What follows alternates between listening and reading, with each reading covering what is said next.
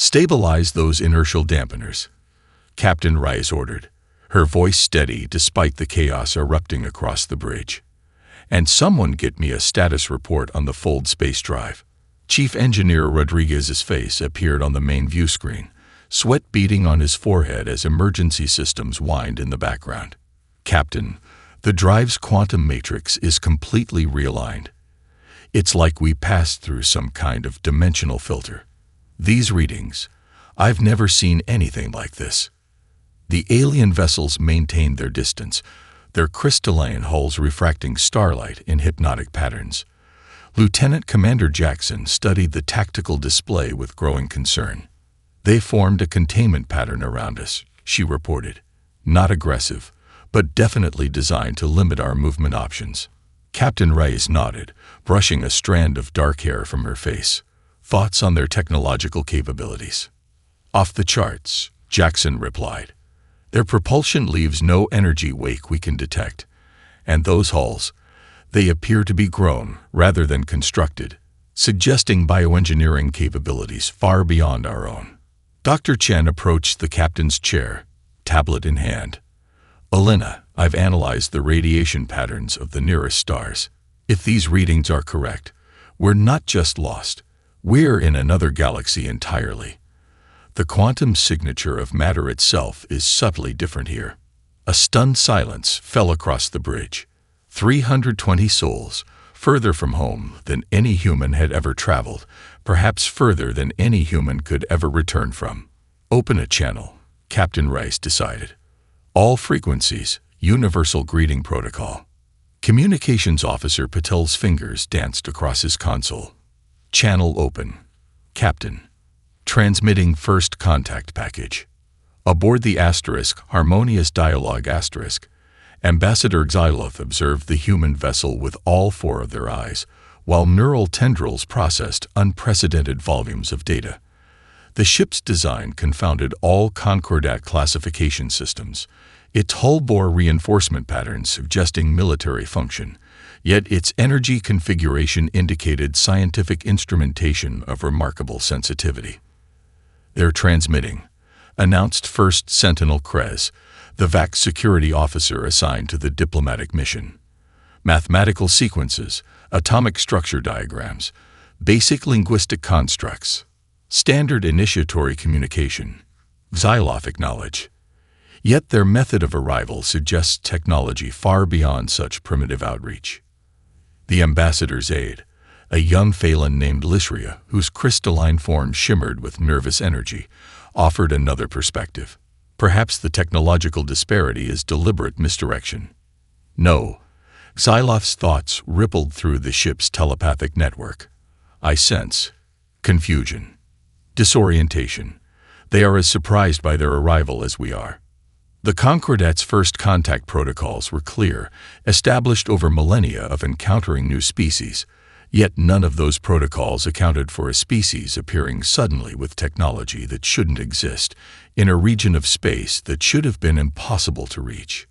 "We must approach with both caution and openness," Xyloth decided. "Prepare the Universal Translator Matrix, and notify the memory keepers immediately. Regardless of how this encounter proceeds, it represents a significant historical anomaly." Back on the Prometheus *, the crew watched as one of the alien vessels detached from the formation, approaching slowly with external illumination patterns shifting to softer blues and greens. "I think they're trying to appear non-threatening," Dr. Chen suggested. "Those color patterns match universal signals of calm and safety across numerous Earth cultures. Or they're using colors we find soothing to lower our guard," Security Chief Okonkwo countered, ever vigilant. Captain Rice rose from her chair, straightening her uniform. "Let's not project our own assumptions onto an entirely alien psychology. Prepare the observation deck for first contact protocols. Senior staff only, full biohazard precautions as a courtesy to our visitors, as much as for our protection." As the crew rushed to prepare, Lieutenant Chen's sensors detected something remarkable. "Captain, I'm picking up transmissions between the alien vessels. They're discussing us, and my translation algorithm is already finding patterns. These beings communicate using principles remarkably similar to our own mathematical foundations. For the first time since their arrival, Captain Rice allowed herself a small smile. Then perhaps we're not as alone out here as we feared. Stabilize those inertial dampeners, Captain Rice ordered, her voice steady despite the chaos erupting across the bridge. And someone get me a status report on the Fold space drive. Chief Engineer Rodriguez's face appeared on the main view screen, sweat beading on his forehead as emergency systems whined in the background. Captain, the drive's quantum matrix is completely realigned. It's like we passed through some kind of dimensional filter. These readings, I've never seen anything like this. The alien vessels maintained their distance, their crystalline hulls refracting starlight in hypnotic patterns. Lieutenant Commander Jackson studied the tactical display with growing concern. They formed a containment pattern around us, she reported. Not aggressive, but definitely designed to limit our movement options. Captain Rice nodded, brushing a strand of dark hair from her face. Thoughts on their technological capabilities? Off the charts, Jackson replied. Their propulsion leaves no energy wake we can detect. And those hulls, they appear to be grown rather than constructed, suggesting bioengineering capabilities far beyond our own. Dr. Chen approached the captain's chair, tablet in hand. Elena, I've analyzed the radiation patterns of the nearest stars. If these readings are correct, we're not just lost. We're in another galaxy entirely. The quantum signature of matter itself is subtly different here.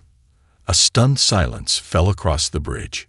320 souls, further from home than any human had ever traveled, perhaps further than any human could ever return from. Open a channel, Captain Rice decided. All frequencies, universal greeting protocol. Communications Officer Patel's fingers danced across his console. Channel open, Captain. Transmitting first contact package. Aboard the Asterisk Harmonious Dialogue Asterisk, Ambassador Xyloth observed the human vessel with all four of their eyes, while neural tendrils processed unprecedented volumes of data. The ship's design confounded all Concordat classification systems, its hull-bore reinforcement patterns suggesting military function, yet its energy configuration indicated scientific instrumentation of remarkable sensitivity. They're transmitting, announced First Sentinel Krez, the VAC security officer assigned to the diplomatic mission. Mathematical sequences, atomic structure diagrams, basic linguistic constructs. Standard initiatory communication. Xylothic knowledge. Yet their method of arrival suggests technology far beyond such primitive outreach. The ambassador's aide, a young Phelan named Lishria, whose crystalline form shimmered with nervous energy, offered another perspective. Perhaps the technological disparity is deliberate misdirection. No. Xyloth's thoughts rippled through the ship's telepathic network. I sense confusion, disorientation. They are as surprised by their arrival as we are. The Concordat's first contact protocols were clear, established over millennia of encountering new species. Yet none of those protocols accounted for a species appearing suddenly with technology that shouldn't exist, in a region of space that should have been impossible to reach. We must approach with both caution and openness, Xyloth decided. Prepare the Universal Translator Matrix, and notify the memory keepers immediately. Regardless of how this encounter proceeds, it represents a significant historical anomaly. Back on the Asterisk Prometheus Asterisk, the crew watched as one of the alien vessels detached from the formation, approaching slowly with external illumination patterns shifting to softer blues and greens. I think they're trying to appear non-threatening, Dr. Chen suggested. Those color patterns match universal signals of calm and safety across numerous Earth cultures. Or they're using colors we find soothing to lower our guard. Security Chief Okonkwo countered, ever vigilant. Captain Rice rose from her chair, straightening her uniform. Let's not project our own assumptions onto an entirely alien psychology. Prepare the observation deck for first contact protocols. Senior staff only. Full biohazard precautions as a courtesy to our visitors, as much as for our protection. As the crew rushed to prepare, Lieutenant Chen's sensors detected something remarkable. "Captain, I'm picking up transmissions between the alien vessels. They're discussing us, and my translation algorithm is already finding patterns. These beings communicate using principles remarkably similar to our own mathematical foundations." For the first time since their arrival, Captain Rice allowed herself a small smile. Then perhaps we're not as alone out here as we feared. The memory keepers moved through the Prometheus with a reverence that contradicted the earlier suspicion shown by the Concordat officials. Where the diplomats had seen potential threats in every unfamiliar technology, the memory keepers saw fascinating historical parallels and evolutionary divergences. In engineering, Archivist Prime Catal spent nearly an hour examining a simple coffee maker that Chief Engineer Rodriguez had modified to function with the ship's power systems. You adapted a personal comfort device to interface with your vessel's primary energy distribution network.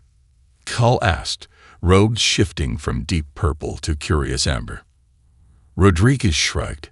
Standard equipment failed during an ion storm 3 months into our mission. The crew needed coffee, so I jury-rigged a solution. Remarkable, Ketal murmured, appendages that weren't quite hands carefully documenting the improvisation. Your species modifies technology to serve immediate needs rather than redesigning systems from fundamental principles. In the hydroponics bay, another memory keeper, introduced as Chronicler Vexus, became entranced by the crew's vegetable garden. Unlike the perfectly ordered agricultural systems of the Concordat, the humans had planted crops from different climates side by side, using microclimate modifications and innovative irrigation systems to support incompatible species in shared spaces. You force adaptation rather than optimizing conditions for each species, Vexus observed, inefficient by standard measures, yet resilient against system failure. Dr. Wu, the ship's botanist, smiled proudly. We call it companion planting. Some plants actually help others grow better when placed together, even if they evolved continents apart. It's all about finding unexpected synergies. The memory keepers documented everything: crew recreation activities, duty rotation schedules, even the personal items crew members kept in their quarters. Nothing seemed too insignificant for their attention, particularly the personal modifications crew members had made to standard equipment. Captain Reyes observed this fascination with growing curiosity until finally addressing it directly in her private meeting with Ketal. Your interest in our improvisations suggests they're unusual in Concordat society. May I ask why? Ketal's robes shifted to a thoughtful blue as they settled into the offered chair, which adjusted automatically to their non-human proportions. What you call improvisation, Captain Rice, we would term technological heresy. In Concordat development, technologies evolve through formal processes, theoretical modeling, simulation, prototype development, and carefully documented implementation. Your species seems to play with technology, remixing functions and purposes based on immediate needs. Necessity is the mother of invention, Rice quoted with a smile. A profound concept, Ketal responded, the translation capturing their sincere appreciation. Among the 17 species of the Concordat, technological development follows highly specialized, segregated paths. Military technology develops separately from civilian applications. Scientific equipment remains distinct from everyday tools. Your holistic approach, this integration of functions across categorical boundaries, represents a developmental path we had considered theoretically impossible. Captain Rice leaned forward. And why would our approach be impossible?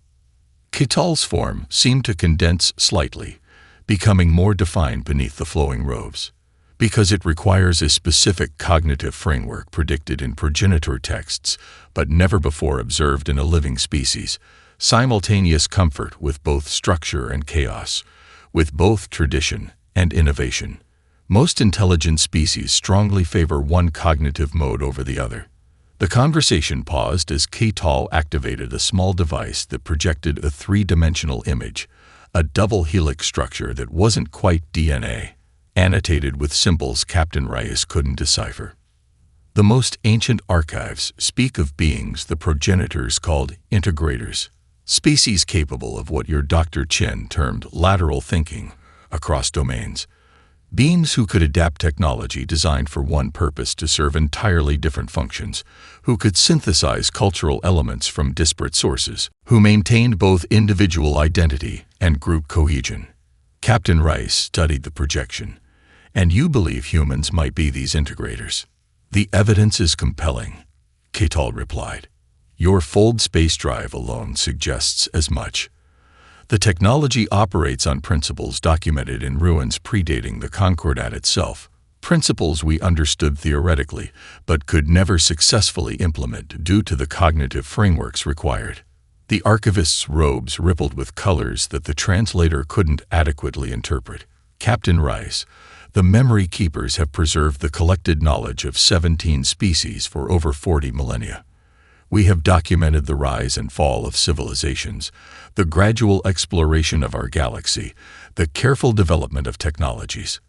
Yet in all that time, we have never encountered a species whose very thought processes mirror those attributed to the seeders of worlds themselves. The immersive simulation chamber shifted once again, transforming from a drought-stricken agricultural world to a scenario Captain Rice recognized immediately as a first-contact situation. Holographic aliens with unfamiliar morphology appeared before the human delegation, their movements suggesting both caution and curiosity. Interesting choice, Lieutenant Chen whispered. They're testing how we handle unknown variables. Captain Rice nodded slightly, then stepped forward with empty hands held palm outward in the universal gesture of peaceful intent.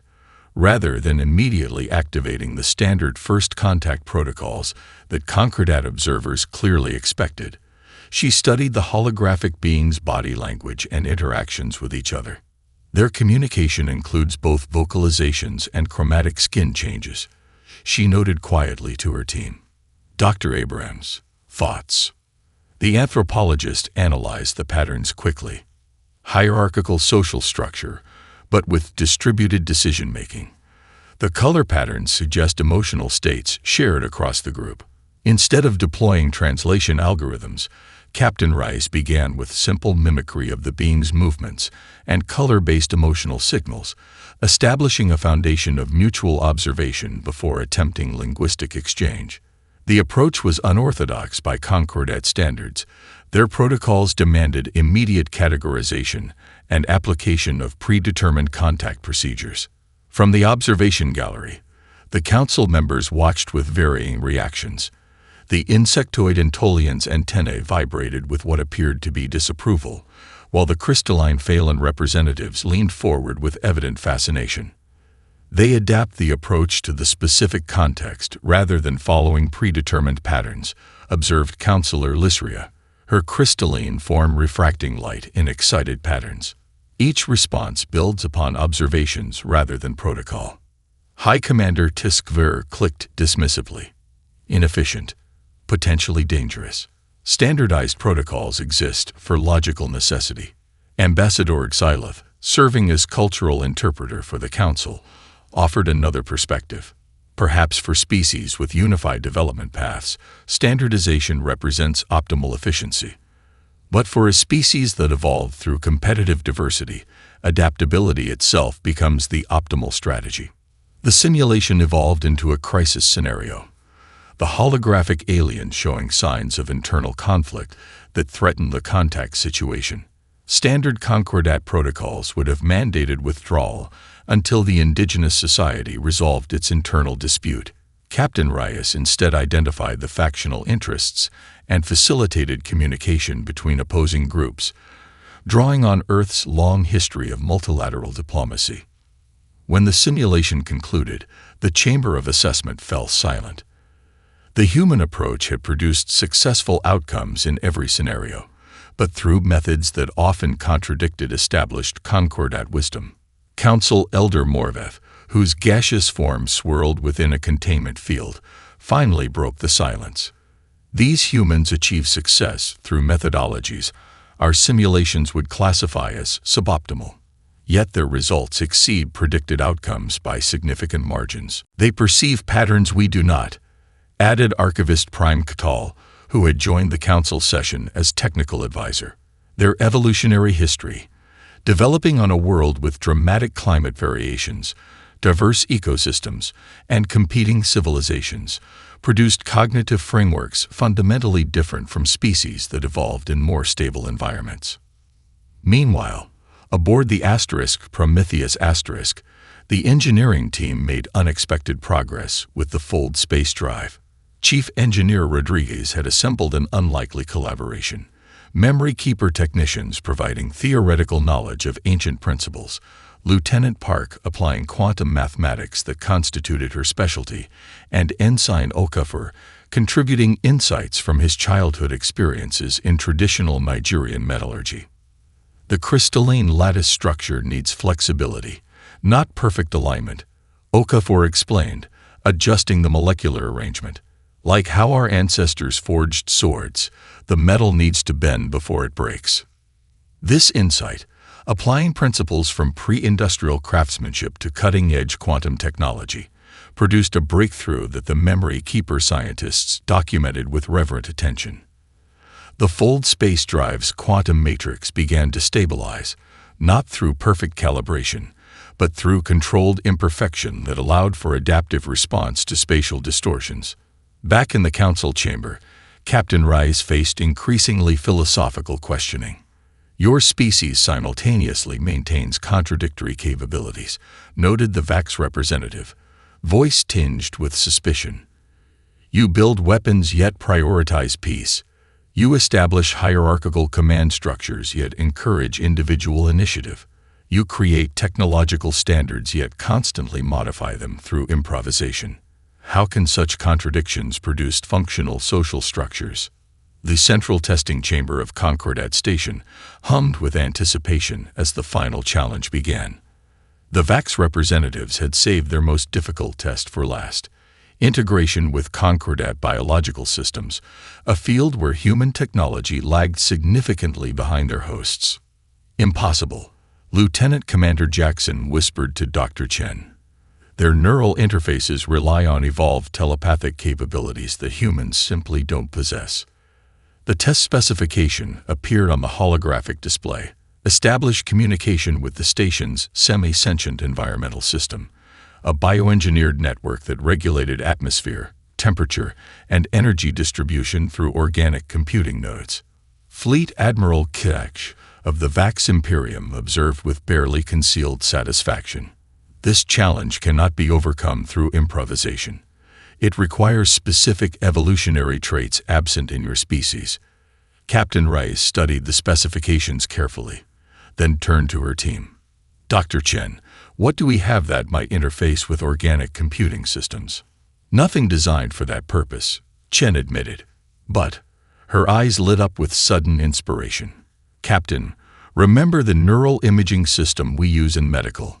Dr. Patel, the ship's chief medical officer, immediately grasped her meaning. The quantum resonance scanner. We use it to map neural pathways non-invasively, but with modifications. It could potentially read the organic system's electromagnetic patterns, Chen finished. We wouldn't need telepathy if we could translate the system's electrochemical signals into data we can interpret. Admiral Kach's gill structures fluttered with apparent dismissal. The challenge requires two-way communication, not merely passive observation, which is exactly what we'll establish, Dr. Chen replied confidently. If we can read the patterns, we can also generate response patterns the system will recognize. The human team quickly reconfigured their medical imaging equipment, creating an unprecedented hybrid of diagnostic technology and communication systems.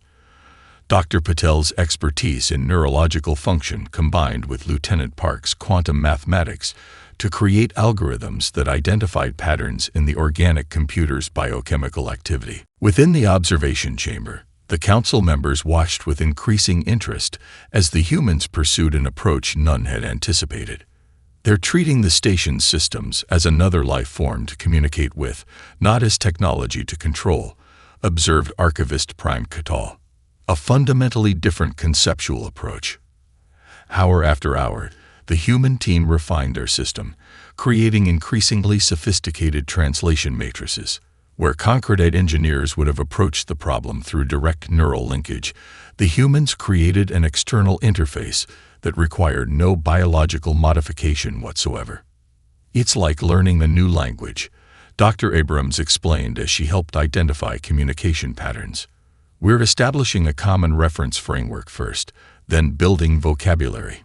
When the system finally activated, the results astonished even the VAX observers.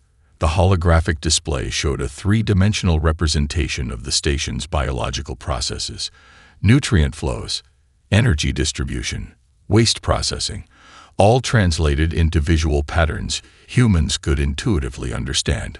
More impressively, the interface allowed control inputs through gesture and voice commands that the translation system converted into biochemical signals. "Extraordinary," murmured Counselor Lysria. "They've created a technological bridge between incompatible biological systems without modifying either one." Admiral Keck's expression remained unreadable, but the rapid pulsing of his guild structures betrayed his surprise. The solution lacks elegance. It requires external equipment rather than direct neural connection.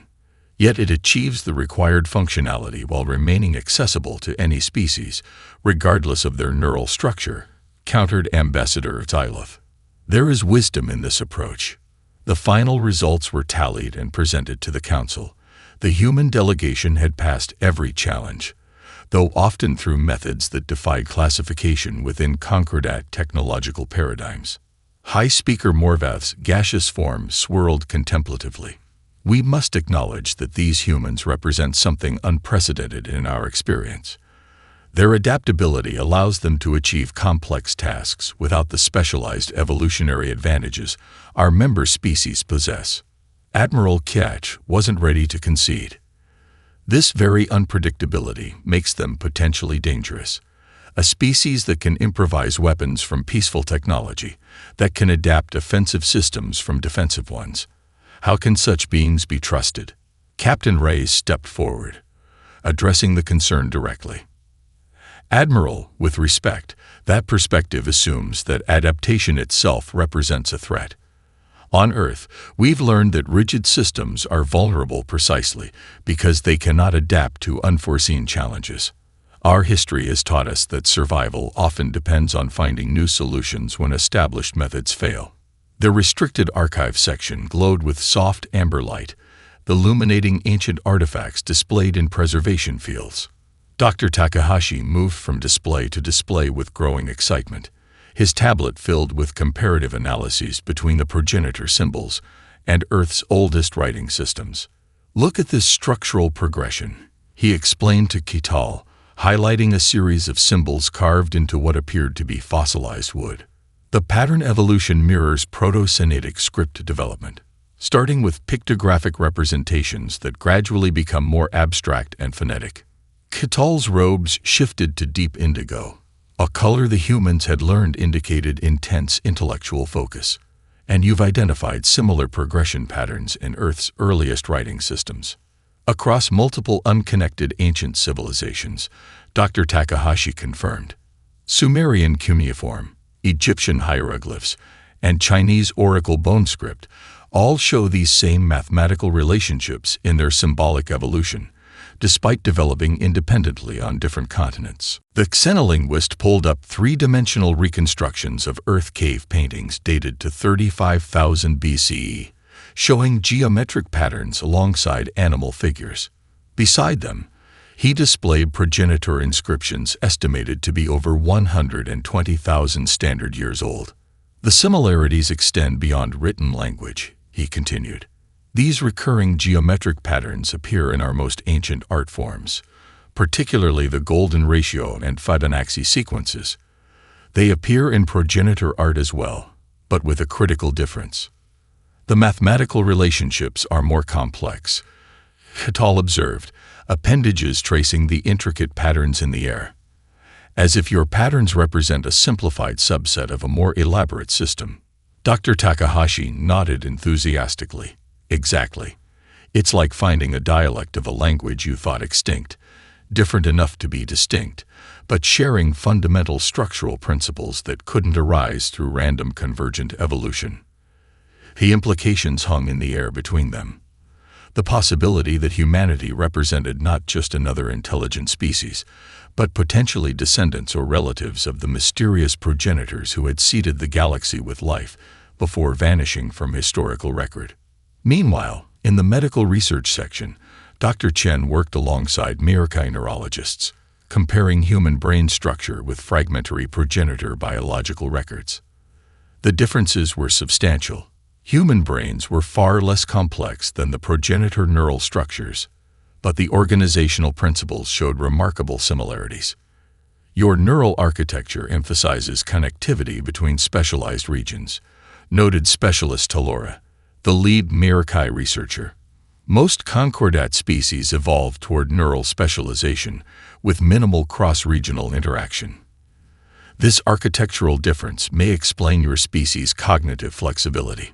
Dr. Chen examined the comparative scans with growing fascination. Our neuroscientists call it distributed processing. Rather than having dedicated neural centers for specific functions, human cognition emerges from interactions between brain regions that serve multiple purposes. Specialist Talora's telepathic translator conveyed profound interest. Such architecture would theoretically allow for greater adaptive response to novel situations, but with reduced efficiency in specialized tasks. Exactly, Dr. Chen confirmed. We're generally outperformed by AI systems in specific domains, but maintain advantages in cross-contextual problem-solving and creative application of existing knowledge to new situations.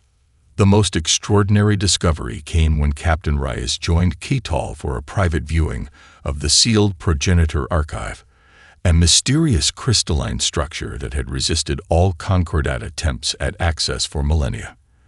The artifact resembled a dodecahedron of opalescent material approximately 1 meter in diameter, covered with inscriptions similar to those Dr. Takahashi had been studying. 17 species over 40 millennia have attempted to access the knowledge within, Ketal explained, robes shifting to reverent gold. The material resists all conventional scanning techniques. It responds to certain stimuli, but has never revealed its contents. Captain Rice studied the artifact with careful attention. What kind of stimuli does it respond to?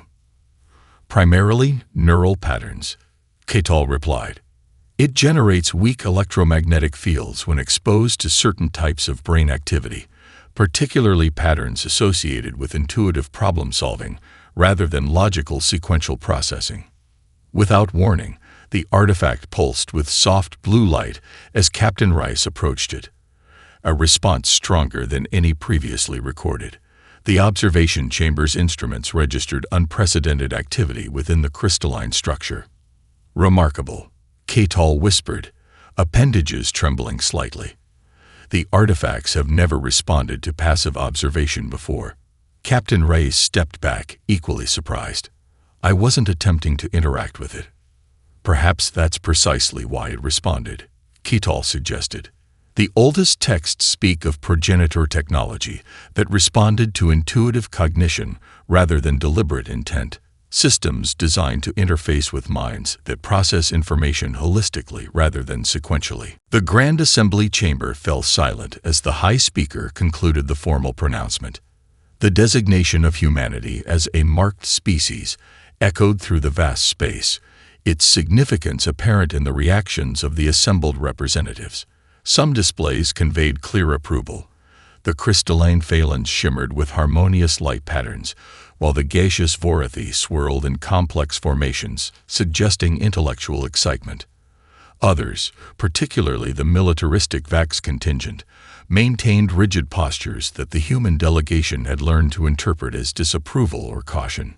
Captain Rice stood before the council with perfect composure, though her mind raced with the implications of this unprecedented classification.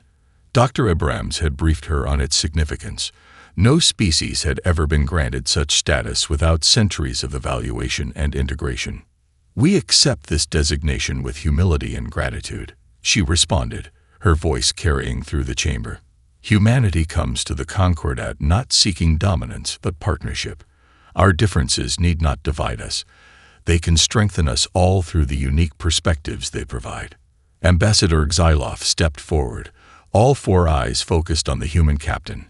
The Council recognizes that this classification creates new diplomatic territory. Your species must be integrated into Concordat frameworks without millennia of gradual adaptation.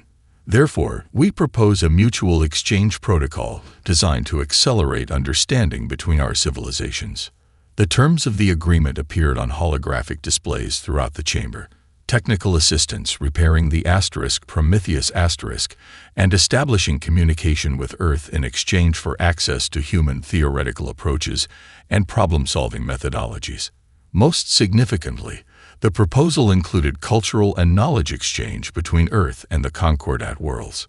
Captain Rice studied the terms carefully, conscious that her decisions would shape humanity's introduction to a vastly more established galactic community. I note that several provisions involve sharing of human military doctrine and defensive systems theory, she observed. While we're open to cooperation, I must ensure appropriate safeguards for Earth's security interests. Admiral Ketch's gill structures pulsed with what humans had learned indicated challenge. You speak of security while requesting assistance. This contradiction exemplifies the concerns some council members harbor regarding your species' unpredictable nature. Rather than becoming defensive, Captain Rice nodded acknowledgement. Admiral, that very contradiction represents a fundamental aspect of human nature we hope the Concordat will come to appreciate. We seek friendship while maintaining boundaries. We desire peace while preparing for challenges. These aren't flaws in our thinking, but adaptations that have ensured our survival. The diplomatic exchange continued for hours, with Captain Rice demonstrating remarkable skill in negotiating terms that respected both human autonomy and Concordat protocols. Where Concordat negotiators expected either capitulation or inflexibility, she consistently found middle paths that honored the concerns of both sides. Fascinating, K-Tal commented to Dr. Chen as they observed from a side chamber. She employs what your people call both and thinking rather than either-or approaches. This cognitive framework appears throughout your species' philosophical traditions. The final agreement emerged stronger for the collaborative approach. The Concordat would provide technical assistance with fold space technology and establish communication relays capable of transmitting data between galaxies. In exchange, humans would share their unique problem-solving methodologies and creative approaches to technological adaptation. Most significantly, the Memory Keepers secured approval to send a delegation to Earth, not as evaluators or controllers, but as students of human culture and history. This unprecedented arrangement reflected the Concordat's recognition that humanity had developed along a unique evolutionary path worthy of dedicated study. We offer not technological domination but mutual enrichment, Archivist Prime Catal explained to the Council. The human's cognitive frameworks and cultural development patterns represent an unprecedented opportunity to expand our understanding of evolutionary possibilities. As the formal proceedings concluded, Captain Rice found herself approached by representatives from species that had remained silent throughout the negotiations. A being composed of articulated crystalline segments introduced itself as Observer Thelion of the reclusive Axioni consciousness. Your species intrigues us, the observer communicated through subtle light patterns that the translator rendered in a melodic voice. For 12,000 years, the Axioni have studied consciousness across the Concordat species. All follow predictable patterns of thought deeply influenced by evolutionary imperatives. Your kind appears to transcend such limitations, thinking in ways that contradict your own biological origins. The Prometheus barely resembled its original form after 3 weeks in the Concordat shipyards. Its hull now incorporated crystalline lattice reinforcements that enhanced structural integrity while reducing mass. The fold space drive had been completely redesigned as a hybrid system combining human theoretical frameworks with Concordat implementation technologies. Most remarkably, the ship now housed a Memory Keeper archive module, a repository of carefully curated knowledge designed to introduce Earth to the wider galactic community. Captain Reyes walked through the transformed engineering section, with Chief Engineer Rodriguez reviewing the modifications with careful attention. The new drive configuration is unlike anything I could have imagined, Rodriguez admitted, gesturing toward the pulsing heart of the propulsion system. They kept our theoretical approach but implemented it using entirely different physical principles. Can you operate it? Reyes asked, the practical concern foremost in her mind. Rodriguez grinned. That's the beauty of it, Captain. The interface adapts to the operator's cognitive framework. I understand the system intuitively, even though I couldn't explain the quantum principles behind it. The Concordat engineers were equally baffled by how I conceptualize space-time relationships, but they respected our approach enough to preserve it. This principle of complementary implementation extended throughout the ship. The navigation systems, life support, and communications had all been enhanced using Concordat technology, but always preserving the human operational philosophy behind the original designs. In the specially constructed archive chamber, Archivist Prime Catal supervised the final knowledge transfer protocols. Unlike conventional data storage, the Memory Keeper archive responded directly to the questions and interests of its users, providing information appropriate to their understanding level. We have included 17 major knowledge domains, Catal explained to Dr. Chen and Dr. Takahashi. From basic stellar cartography to philosophical traditions, from technological development histories to artistic expressions, each domain is accessible through multiple cognitive frameworks, logical sequential, visual spatial, or intuitive associative pathways. How have you determined what knowledge is appropriate to share? Dr. Chen asked, the ethical question unavoidable. Catal's robes shifted to thoughtful blue. We applied no censorship based on potential applications, if that concerns you. Rather, we structured information to build foundational understanding before introducing advanced concepts, similar to how you educate your young. The archive will reveal knowledge as your questions demonstrate readiness to integrate it. The farewell ceremony exceeded anything in known Concordat history. Representatives from all 17 member species gathered in Concordat Central's Grand Assembly Chamber. Many had traveled enormous distances specifically to witness this unprecedented moment. The departure of the first confirmed, marked species vessel in recorded history. Captain Reyes stood before the assembled dignitaries, her senior officers forming a semicircle behind her. Beside them stood the Memory Keeper delegation that would accompany them to Earth, 7 specialists selected for their expertise in cultural integration, historical documentation, and knowledge exchange. The High Speaker's gaseous form coalesced into its most defined state for formal address. Today marks a divergence from the established path of galactic history. For 40 millennia, the Concordat has expanded through careful integration of compatible civilizations, following predictable developmental trajectories. The human vessel Prometheus represents something our ancestors could only theorize, a truly independent evolutionary path leading to comparable technological achievement through fundamentally different cognitive means. The ritual of commemoration proceeded with solemn dignity. Captain Reyes placed her hand upon the eternal archive, a living crystalline matrix that preserved the neural patterns, genetic codes, and personal histories of individuals who had shaped Concordat development. The crystal surface flowed like liquid beneath her palm, analyzing and integrating her essence into its multidimensional lattice. Alina Reyes, Captain, Human Starship Prometheus announced the archive's melodic voice. First human integrated into galactic memory. Designation: Bridge Between Realms. The title triggered a ripple of communication throughout the chamber. It was an ancient designation from progenitor texts, never before applied to any individual in Concordat history. Archivist Prime Catal approached with a small crystalline object cradled in their appendages. This navigation crystal contains coordinates for safe passage and diplomatic protocols developed through thousands of years of interspecies contact. It also holds something more valuable: questions our civilization has pondered for millennia that we believe your species might help us answer.